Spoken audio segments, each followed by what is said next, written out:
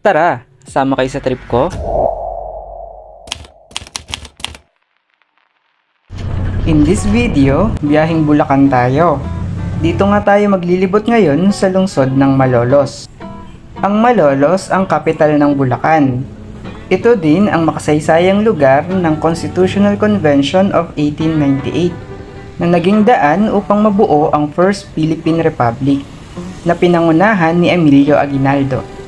First stop, Casa Real. Ang Casa Real Shrine ay naging printing press noong Malolos Republic. Matapos ay ginawa itong municipal library, seat of the American military government, ospital, annex ng Bulacan High School, at headquarters ng Japanese Chamber of Commerce. Sa kasalukuyan, ito ang museo ng kasaysayang pampolitika ng Pilipinas under the National Historical Institute. Narito ang ilan sa mga memorabilia na makikita sa loob.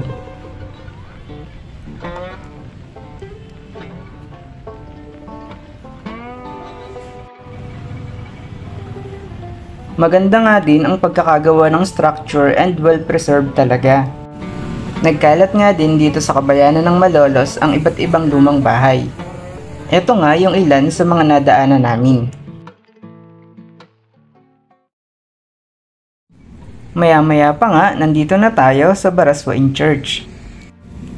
Ang simbahang ito ay ginawa noong 1888. At ito nga ang pinaka-importanteng religious building dito sa Pilipinas, kung saan naitatag ang unang republika. Makikita nga ito sa lumang 10 pisong papel. Sa tapat ng simbahan ay makikita rin ang bantayog ni Emilio Aguinaldo. Sa gilid ng simbahan ay makikita ang Museo ng Republika ng 1899 o ang Baraswain Museum. Dito makikita ang ilang tagpo at memorabilia noong itinatag ang unang republika. Narito ang ilan sa mga makikita sa loob.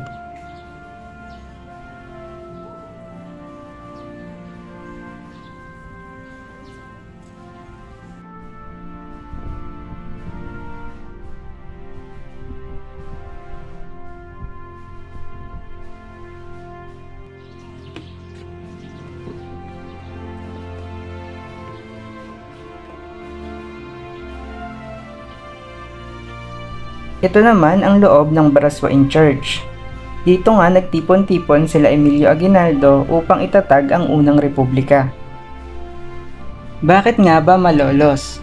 Pinili ang Malolos dahil sa topografiya at distansya nito mula sa Maynila at Cavite. Malayo ito sa dagat at hindi ito maaabot ng kanyon mula sa mga barkong pandigma mula sa Laok ng Maynila. Bukod sa ito'y napalaya na mula sa Espanya, maaliwalas ang mga lansangan nito at maaaring makarating sa nasabing bayan gamit ang tren o bangka mula sa ilog nito.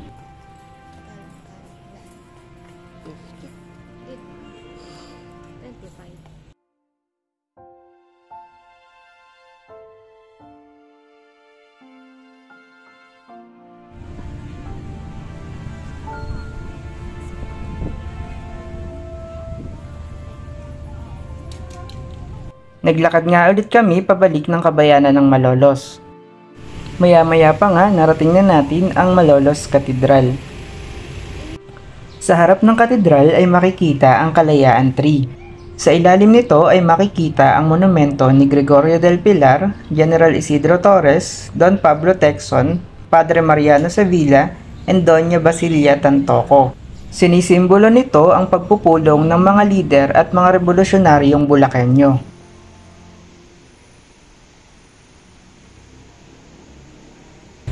Di kalayuan mula sa katedral ay makikita ang karamihan sa mga lumang bahay ng Malolos. Marami pa nga sa mga lumang bahay ang naipreserve at sa kasalukuyan, ina-adapt ng mga bagong establishmento ang mga lumang disenyong ito. Narito ang ilan sa mga lumang bahay na makikita dito.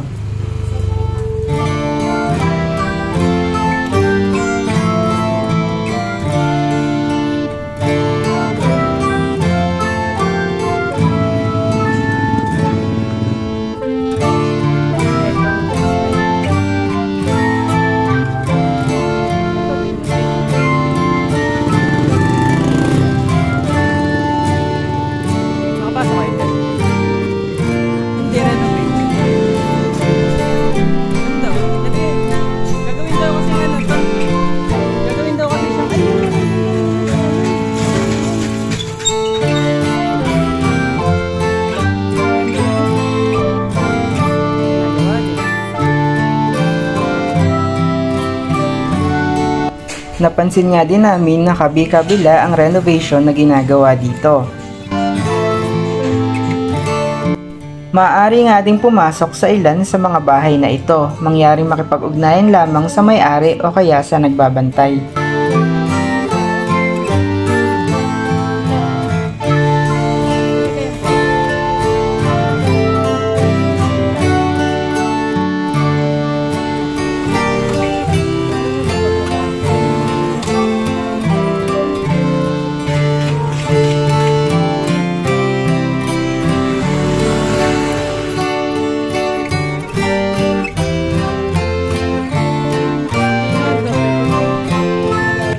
Dito nga din makikita ang paaralan ng mga kababaihan ng Malolos.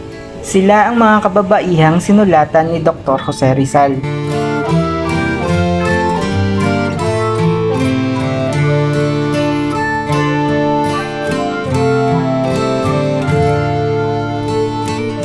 Ito nga ang ilan pa sa mga lumang bahay at gusali na makikita dito. Ayun na, may marker. Marker.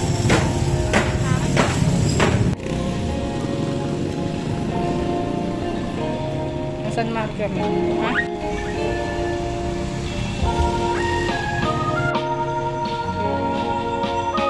Pero nice. Pero ano? Anong pumapasok pa?